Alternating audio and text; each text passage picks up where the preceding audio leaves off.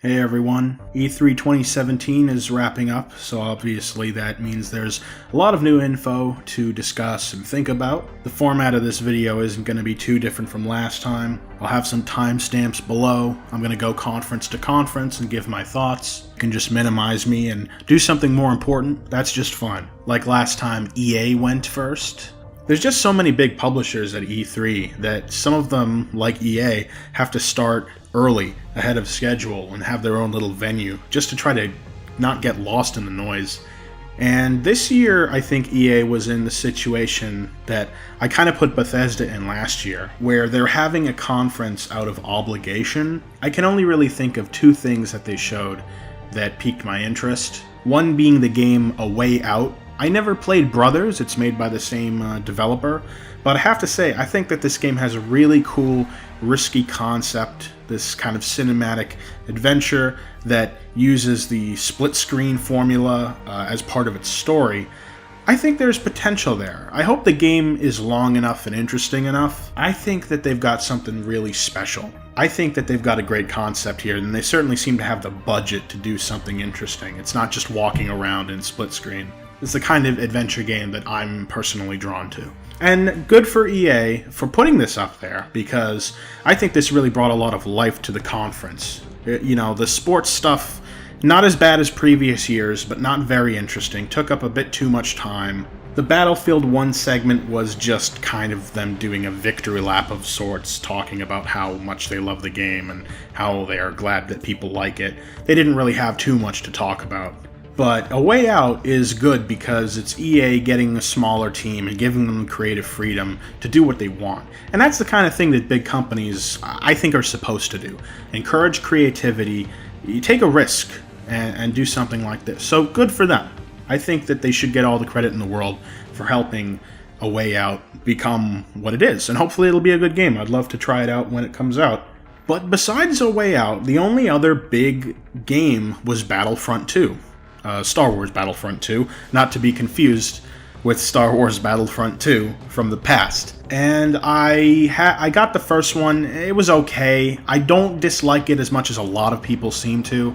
I thought it was like a decent first effort to try to bring back Star Wars games, but it obviously didn't have a lot of depth. And the fact that there was so much expensive DLC after its launch, I think that kind of caused people to stop playing it. It seems like they're trying to mitigate virtually every problem, while at the same time adding a lot of content. I mean, just adding new eras of Star Wars takes a lot of effort, especially the prequels, because the droids are so different from the clones. I mean, clones are basically just stormtroopers. But I think that they have something good going with Battlefront 2. It could be a much more engaging, interesting kind of game. I really like the battle point system. The map that they showed looks great.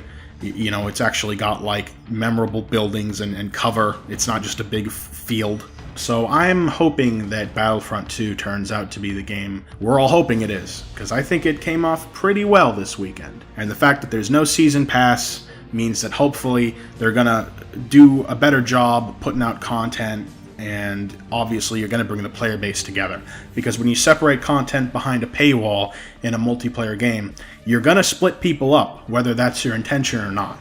And it doesn't always work. I think recently a lot of games have kind of realized this. You can get away with that stuff when you're Call of Duty, you know, charging $15 for like 4 maps or whatever. I think generally it's not a great look. You know, I love Rainbow Six Siege. That game had a really good structure for putting out new content. That structure's gotten a little messed up recently, but that's irrelevant. It doesn't have anything to do with E3. So, the only other thing that they had at EA was a game that unfortunately they didn't even talk about much, which was BioWare's new game, Anthem. They handed this off to the Microsoft conference. Rather than talk about it with Microsoft, I'm just going to go over it briefly. I'm a big BioWare fan. I think I've mentioned this a few times now. Anthem doesn't look like a BioWare game. It looks like their attempt at making Destiny. I think that you should watch the trailer and then watch the announcement trailer for The Division, because it was extremely similar. They even did the same thing where they had actors talking as if they were the literal players. You know, whoa, we should go there and get some XP later. You know, that's the exact same stuff they did in the Division trailer. I think it's a little corny, but I also just think that this is just the same thing again. Destiny certainly has its fans, and I'm sure it has more of them now than when it came out, because it didn't come out in that great of a state. This just feels like the equivalent of trying to start a cinematic universe. You have these publishers chasing after these Destiny-sized ventures.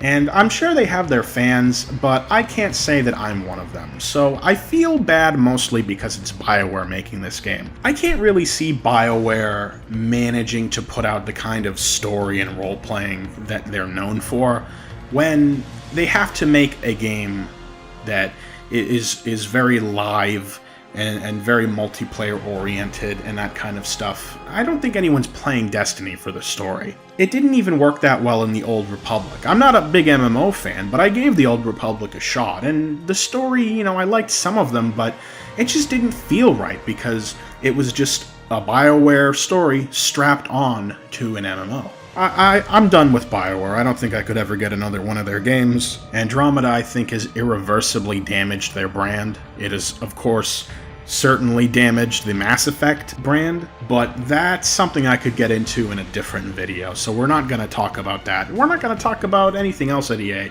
EA wasn't the most interesting thing. It just didn't feel like they had a lot to show, and while there were 2 games that I liked, it just didn't feel like it had the oomph that these kind of conferences need. There weren't a lot of surprises. I would say A Way Out was the only surprise. And I did like it, but this is like in the C range. I think this is like a C- as far as a conference.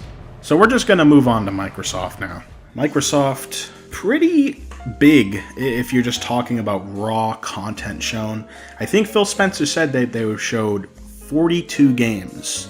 And then he later says, I think that it was about 20 of those games that were actually exclusive in some way. But I looked at a graph that somebody put out after the conference. There were only 2 new Xbox exclusive games announced. And those games are the new Forza game, however you say it, the racing game. I don't really like those kind of racing games where it's more of a simulator. It's just very stiff. It's not fun or fantastical, but I understand some people like those kinds of things. But that's a yearly release, and that was a game that they talked about a lot. And besides that, the only other game they had to show was the sequel to Ori and the Blind Forest. And besides those 2, there weren't any new announcements that were legitimately exclusive. Everything else that they announced is on PC because that's their plan. But I don't really think that wins them any support. And I also think that since so many of the games they were showing were indie or just inherently multi-platform, you know, there's no loyalty there. You know, I don't think that these games are going to stay on the Xbox because they aren't being developed by Microsoft. My big problem with the Xbox presentation was that it was basically like going to a gigantic buffet where they have a million options. However, when you get close to the options, you realize that they're so small, they're just morsels, or a bunch of them are just things you bought from the supermarket. There's nothing special about them. There's nothing unique about them. They're products you could get anywhere. And I think that this is really bad for Microsoft's brand because it's in a really bad state. I think that a lot of people who are Microsoft fans are going to complain that there wasn't any Halo, there wasn't any Gears of War, but there wasn't anything legitimately new either, and that's the big problem. Even games that have been in development for a while, they didn't really get the kind of advertising I was expecting. Crackdown 3 is a product that they've been showing for years now at E3, and people aren't really sure what's going on with that game. And when they showed it, it was just kind of a quick trailer. You didn't really get a sense of what the game was like. The only thing about the trailer that was remotely memorable was that Terry Crews appeared in it. And I think that that just shows you that they're not even sure what they want to be a tentpole. They're out of tentpoles. They're too afraid to make anything a big anchor to put their conference around, unless it's something that gamers have known about for over a decade. And I think that's really weird. I actually almost fell asleep during the Microsoft conference, and I'm not making that up. I really did. I was sitting there, And they just kept showing, they showed so many goddamn trailers over and over and over again without talking about them. You know, it's not like a trailer would happen and then someone would come out and explain what the game was or what they were trying to do or when it would come out. It was like you were watching a YouTube playlist of trailers, and that just kept happening over and over again. One of my favorite points near the end was they were doing all of these trailers, and then they put on an extended trailer for Shadows of War. This is one of the few demonstrations that was actually a decent length and actually showed you what the game was. That's the kind of thing that I think they needed more of. They're showing this demonstration, and then out of nowhere, a man's voice starts talking, and there's a guy, like, on the stage. They cut to him after a little while, but they didn't introduce him beforehand. His voice came in. You couldn't hear him because the trailer was too loud. Like, it just felt very amateurish, and I couldn't pay attention to what he was saying because I'd been sitting through so many boring trailers for so long. It just was it was a weird conference. I guess the only big thing, the Xbox One X. It's here, folks, and it's $500. Don't believe the hype, alright? I think you should compare the Xbox One X reveal to the PS4 Pro reveal, because the PS4 Pro reveal was actually a lot more informative. They actually explained what the Pro does. It was also a lot less pompous and overblown, and you know, honestly, like, they didn't really make a big deal out of it. If you watch the PS4 Pro event, they just kind of calmly explained who the product was for and what it does. And it's not a product for everyone.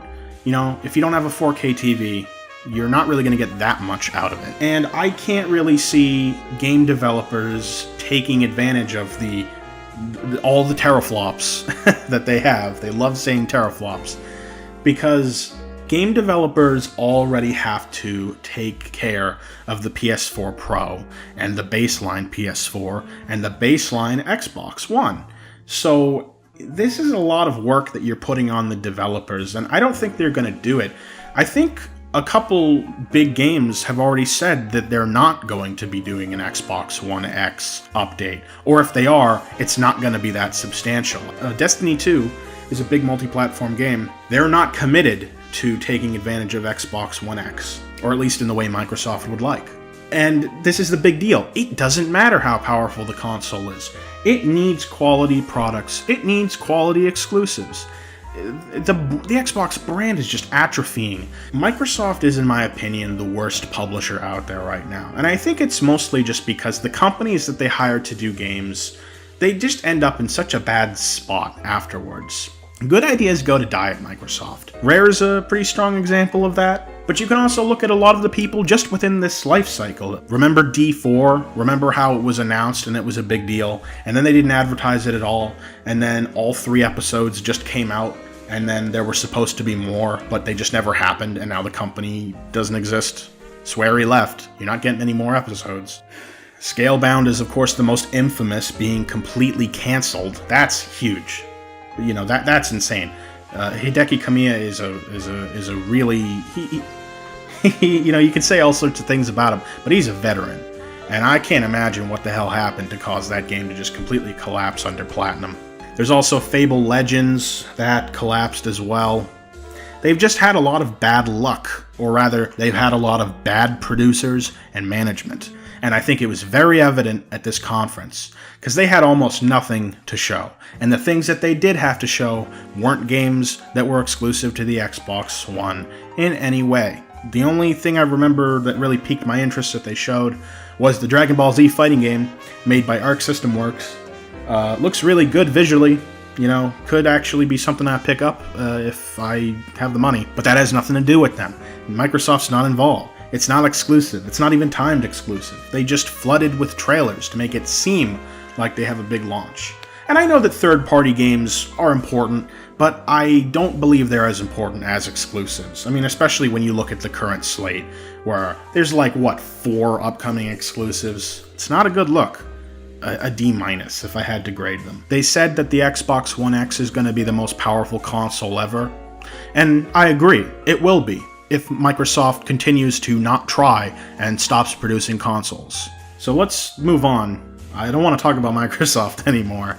I can't remember who was next. I think it was Ubisoft? I actually think Ubi had one of the better conferences this year. Assassin's Creed was actually introed during the Microsoft conference, another game that they were just borrowing to pad time. I fell out of love with Assassin's Creed after the third game. I really didn't like that game, and the story had such a bad conclusion that I just didn't care. I know a lot of people like Black Flag, but they lost me just because I felt like they weren't really committed to cohesion. They just wanted to distract me with the pirate aesthetic. And, it's funny because I think they announced a pirate game at the Ubisoft conference, so it's funny. That's what I was saying many years ago. I said, Black Flag, maybe they're just doing this to set up a different franchise or a different series. Not a bad idea, because a lot of people did like the pirate gameplay. But Assassin's Creed Origins, it looks alright. Here's my issue with it.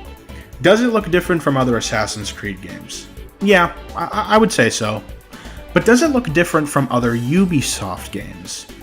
Not so much. There were a lot of things that reminded me of Far Cry and Ghost Recon Wildlands. Summoning the Eagle to do the scouting and tag all of those guys. That looks cool, but then you realize, oh, I can do that in Wildlands. I have the aerial drone. It does the exact same thing. So I think Ubisoft's biggest problem is that a lot of their games are very homogenous. I understand why, and I think that works to a point, but it's becoming a bit of a problem. And I think that this game will have its audience, and it could be pretty good. I'm not sure if I'm going to get it, though, because with Ubisoft, I want to pick and choose my games, because a lot of them are so similar. I don't think I'm going to get Far Cry 5. I think that the concept is just ridiculous, and it's not going to work for a Far Cry game. If it was its own IP, maybe, but I don't think that this gameplay is right for this, and I also just think that it's in kind of poor taste. I'm not offended, believe me, but I just think it's a little silly, and it kind of defeats the purpose of Far Cry. Besides that, there was the Beyond Good and Evil 2 trailer. The trailer itself was a little weird. I guess it was just kind of odd to hear swearing in it, because Beyond Good and Evil wasn't exactly a mature game. Doesn't bother me now, of course. I hope that they can commit to making it. Like, the way they talk about this game in interviews, it sounds like it's a very ambitious project. I don't know if they have the budget for that, but I hope that they put out something interesting, because Beyond Good and Evil 1, it's an interesting game. I don't think it's a particularly great game in the way that a lot of other people do, but it's the kind of game Ubisoft should be making. You want to do something different. And I don't know how different Beyond Good and Evil 2 will be. It could be very similar, like a lot of their projects, but aesthetically, it's going to be very, very different. I'm having trouble remembering what else there was, but the big game that I've seen a lot of people talk about is the Mario and Rabbids battle game. Now, I will admit, I didn't want to believe the rumors. I really didn't. I just thought it sounded like a terrible idea. But the game itself, it looks fairly good. It doesn't look bad at all. I like XCOM, and it looks like it's borrowing ideas liberally from XCOM. But it is putting its own spin on those ideas, so that's cool. My problem with the Rabbids game is that I don't think this was the right kind of game to use for either of these projects. I don't think that this works for Mario, and I don't think it works for the Rabbids. I mean, the Rabbids, they don't really have much going for them. I think they're very uncharismatic as mascots. They're kind of annoying. The Peach Rabbid, it looks so terrifying, like more so than I think it's supposed to be. But I can't see these guys using these stupid Mega Busters and shooting people, flanking, using cover. It just doesn't look right. And that obviously goes for Mario as well. I just don't think this is a good use of those brands. There's a lot of potential, and I don't know if this is the best way to do it. That said, I like the game itself. It looks good, but I can't help but wonder what it would look like with unique characters and unique art. That said, this is still a much better crossover than the Olympic Games with Sonic and Mario, because those are trash, and they've been making them for years. Honestly, I don't know if I'm gonna get this game. I don't have a Switch, but let's assume I did have one. There's an XCOM 2 expansion coming out around the same exact time as this game, so I would probably just get that instead. I'm not really sure what rating I would give this conference, because I already forget about it. I think I just got conferenced out at this point. It at least had a decent amount of things. I was paying attention at the time, trust me. Then there was Bethesda, who, if you want to talk about a conference I literally don't remember, That's it. They announced The Evil Within 2 and Wolfenstein 2, and then I can't remember. I think they were just plugging for some stuff we already knew about, games that aren't out yet, expansions that aren't out yet. Yeah, like the Elder Scrolls expansion, Prey DLC, Dishonored 2 DLC, I think. Like, that's the kind of stuff that they're plugging. Not entirely new products, but there was a lot of that. And then there was the stuff that really did bother me, which is just, look, I get it. Bethesda, maybe they're really taking their time developing a new project from the ground up. Using an engine that's actually current and modern, that won't have jank as a selling point. But I think that Todd Howard and his merry men are trying really fast to outdo Capcom in terms of whoring a product to death. They're trying to compete with Street Fighter 2, because I can't believe how many times they're trying to resell me Skyrim. I like Skyrim. I played it many years ago, and I enjoyed it. I did a lot of stuff in the game. I'm not going to buy it again. You thought that the definitive edition was bad enough, but you've got to rebuy the game again for VR? That's ridiculous. It's straight up ridiculous. And then they've got this Creators Club thing. I mean, let's have a round of applause, Bethesda. You finally got the paid mods working for you. Congratulations, really. Good job. You figured that out. I don't know a lot about this program. It sounds like they have people who will be making mods that you can buy with some kind of currency. They haven't said if it's real money, but then this begs the question, how do you accumulate this currency? So I'm going to assume it's real money. And I'm going to assume that all these mods are probably just items and things like that. Like, there's not going to be anything really interesting or time-consuming here. Totally in opposition to how a lot of mod makers and users see them. It's like a whole other world when you've got mods, and it should never be a selling point for a video game. And the fact that Bethesda is just fine with this is kind of sad, because they have so little faith in their actual products. I hated Fallout 4. I said that last year. I don't think I'll ever buy another entry in the Fallout series or the Elder Scrolls series because of the problems I had with that game, unless they learn some big lessons. This constant reselling of those products has me really worried for the future. Luckily, they have companies that they publish for that seem to be doing good work, but I have an issue with that too, because Bethesda doesn't do press. They don't do review copies. They seem to just be totally afraid of the outside world, and they're just narrowing their view. They're hiding in their cave, they're surrounding themselves with their fanboys, and that's all that they want. They're just exploiting people. They're exploiting their fans. And I've read articles suggesting that sales issues with Prey and Dishonored 2 were because they didn't get a whole lot of marketing, they didn't get review copies and things like that. I don't really know if that's true. I suppose it's possible, but I'm not sure how they can expect to play outside of the rules and deliver a core Bethesda product that's as janky as ever. Can they really get away with it again? I don't want to find out. I think I'm done. I had my fun with their series. I'm out. Unless you can get Obsidian and the boys to make a new Fallout, we get a New Vegas 2, something like that, I would be in love with that. Trust me. I love New Vegas. Outside of that, nothing with the Bethesda logo from me. Not even assigning a rating to this, because I don't even care. We're moving on to whoever the hell was next. Who was it? I gotta look at the list again. Sony. Okay, it's Sony. I was pretty hard on Sony last year. It wasn't a bad conference or anything, but I was kind of annoyed that they were really plugging a lot of games that they didn't really interest me. They looked very samey. It was very slow paced. The conference had an awkward pacing to it. And then at the very end, they show a sizzle reel with all these games that I actually was looking forward to and wanted to see more of, and they don't even tell you the titles of the games. It was very weird.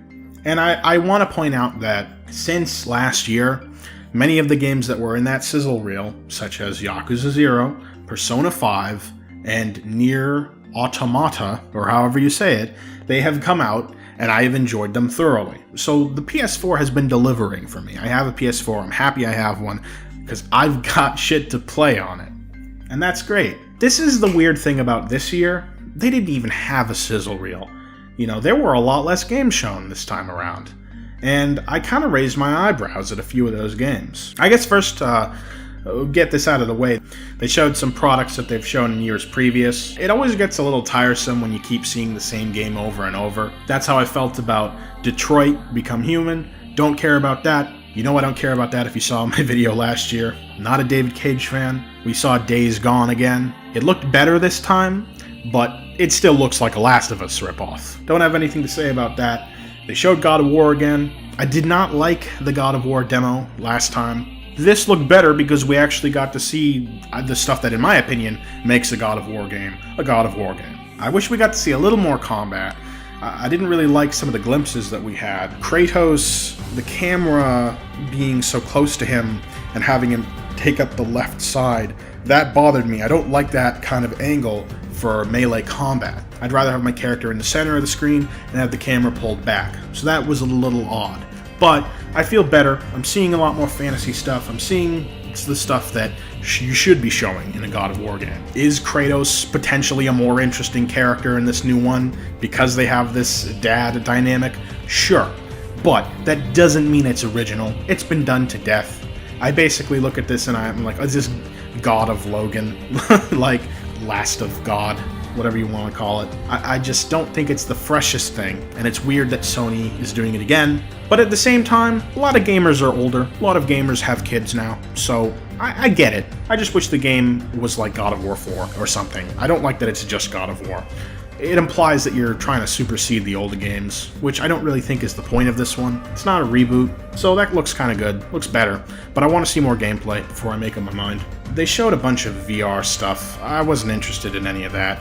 VR is something that they bragged a lot about during previous years, but this year it wasn't on many stages. Microsoft didn't have any VR. Sony did, but it was pretty mellow. They cycled through a few games. This had the same issue with the Microsoft conference.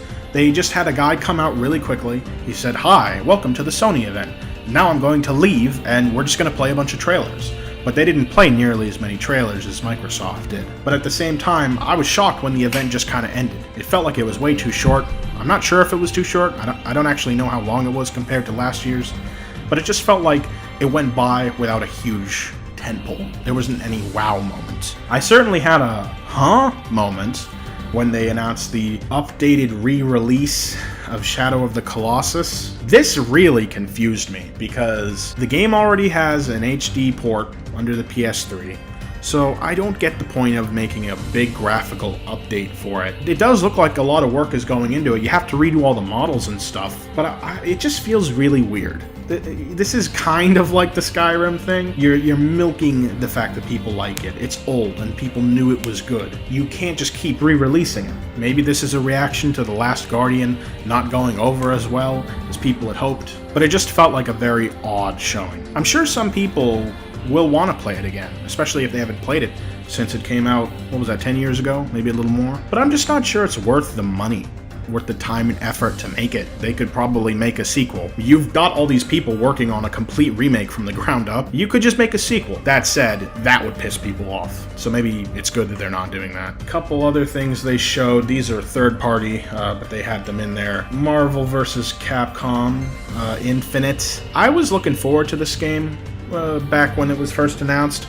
I don't really like the Fate of Two Worlds, Ultimate Marvel vs. Capcom 3, whatever you want to call it. I think it has a lot of problems, and honestly, it just kind of gives me a headache. Like, I can't look at it anymore. I just have a lot of bad memories of not having fun. But I love the concept, and I like the old Marvel vs. Capcom games, so I was hoping that they would make it better, make it more balanced. Getting rid of assists, amazing decision. Like, seriously, that made me really happy. My problem is that it seems like the roster is not only a lot smaller, but almost all the characters seem to be exactly the same. The models are mostly the same. It's very weird, and I get the impression that Capcom is kind of phoning this one in, you know? Maybe they got Marvel to fund a lot of it, and they're just kind of pushing it out. And I think roster is very important for fighting games, and it's always disappointing when you had a big roster in the last one, and now you don't.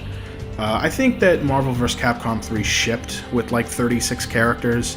This one, it looks like it's going to have maybe 24 at most when it first comes out. And not that many of the picks are new. And a lot of the characters I would have really liked aren't in it either. And on top of that, the graphics in some ways look worse. I mean, they're trying to make the characters look a little more realistic, which is fine, but realism isn't Capcom's forte if you've played Street Fighter, so you should probably try to look at some screenshots. Chun-Li's face looks messed up, Dante's face looks terrible, A lot of Uncanny Valley. So I hope that's something they can fix. Capcom, like, their middle name is Sorry I Let You Down. I want to love Capcom so much, but every game they make, even if it's good, there's always an asterisk.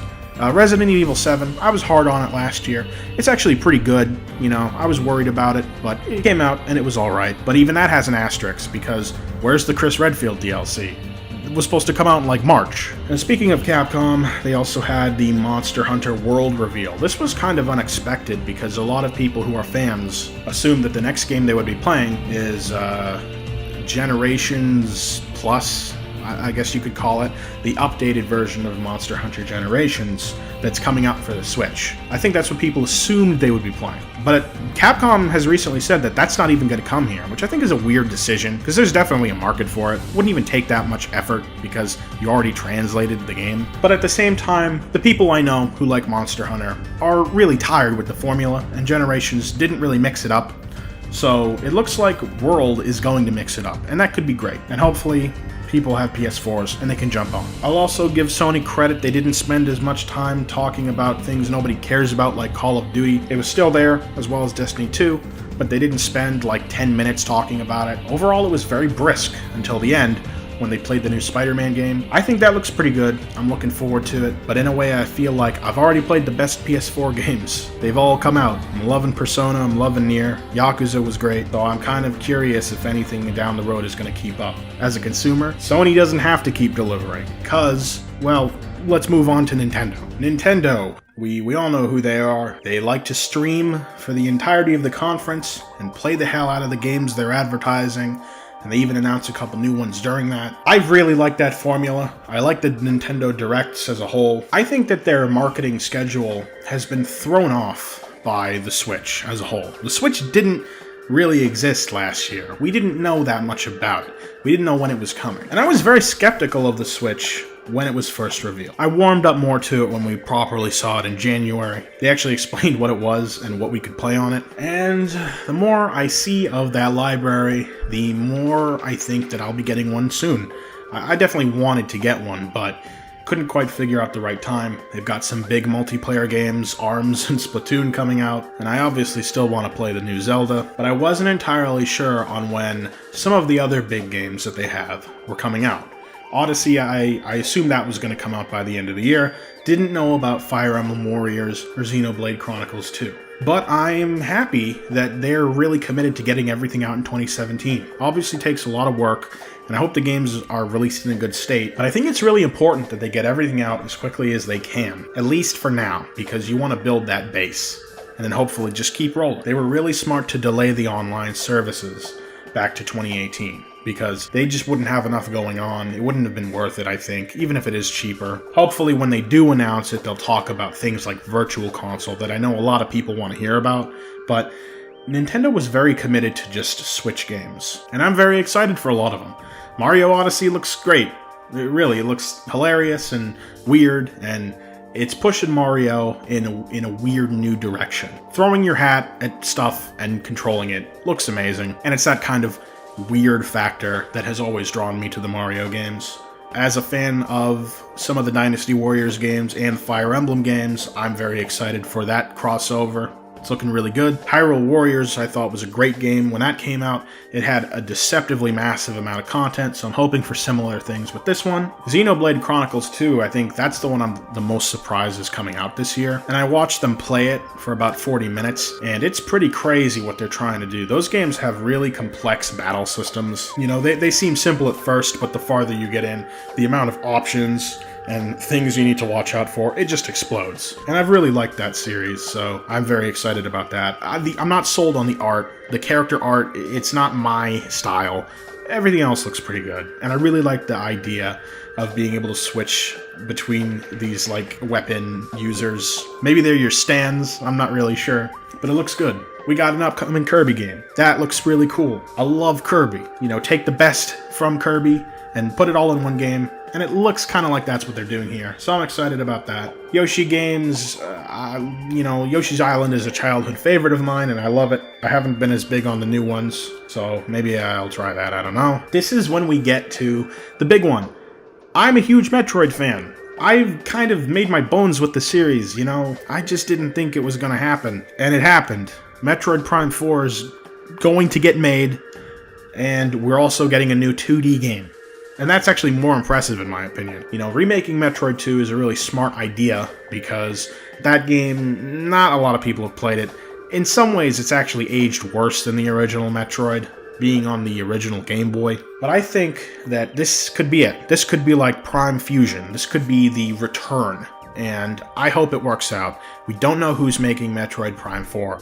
They haven't announced that. They've said it is not retro. But you know what? A lot of people who worked on the first 3 games, they don't work at Retro anymore. So I'm all for giving a new team a chance with the Metroid IP. And that's what happened last time, right? You gave people a chance, and they delivered something really good. So I'm super excited about that. I'm a big Metroid fan. I even bought Federation Force, and I regretted it, because it's not very good. At least I bought it. Maybe that kind of helps them in the future. Hopefully my money is going towards Metroid Prime 4. I don't know. I'm a bigger fan than you. No, I'm kidding. I think that Nintendo is in a good spot. They're in a better spot than I was expecting them to be, and they're putting a lot of stuff out there in a relatively short time span, and that's going to be good. E3 is basically a contest between all of these major publishers to say, this is our lineup for the next year, this is your wallet, please allocate all the money. That's what it is. They want you to buy everything they're producing. They're trying to win you over 100%. So it was kind of weird this year to see some conferences where I didn't even feel like the publishers were trying at like a 30% level. And I think a lot of other people are kind of looking at it that way too. I've seen a lot of people very disappointed with the Sony conference because it just didn't feel particularly great. It was kind of lukewarm. A lot of people were counting on Nintendo to save the day. I think the joke that me and my friends had was that Goku was the only cool thing until the Nintendo Day. And then Nintendo brings Metroid back, which is crazy and unforeseen. God damn, that makes me happy. So, I think Nintendo did a pretty good job this year. This was probably their best E3 since 2014, which was also a year where they were doing a lot of streams and they had huge events, and the Wii U lineup was at its prime. That's a good sign. I think that's a good comparison, and I am really looking forward to getting a Switch now. But I am also crying because of all the money I will be spending on a Switch and Switch games. If I had more subscribers, this is where I would be plugging my Patreon. Okay, we're done. I think that's it. E3 in the can. Looking forward to a decent amount of new games. That's the other thing. If you watched E3 and you came away and you felt nothing and you didn't see anything that's good, come on. There has to be at least one. If you're so jaded that you can leave a big event like this and just say, well, nothing was good, it all looked like shit, then you really need to reevaluate what kind of games you like and what kind of games you would have liked to see at E3. Because if you can't name anything, then maybe you should take up a different hobby. Or maybe you're really into like 4X games or like genres that they just don't show at E3. I guess that's okay. Either way, we're done. I'm rambling. Have a good day. Hopefully more videos soon. Buy Nier Automata, and goodbye.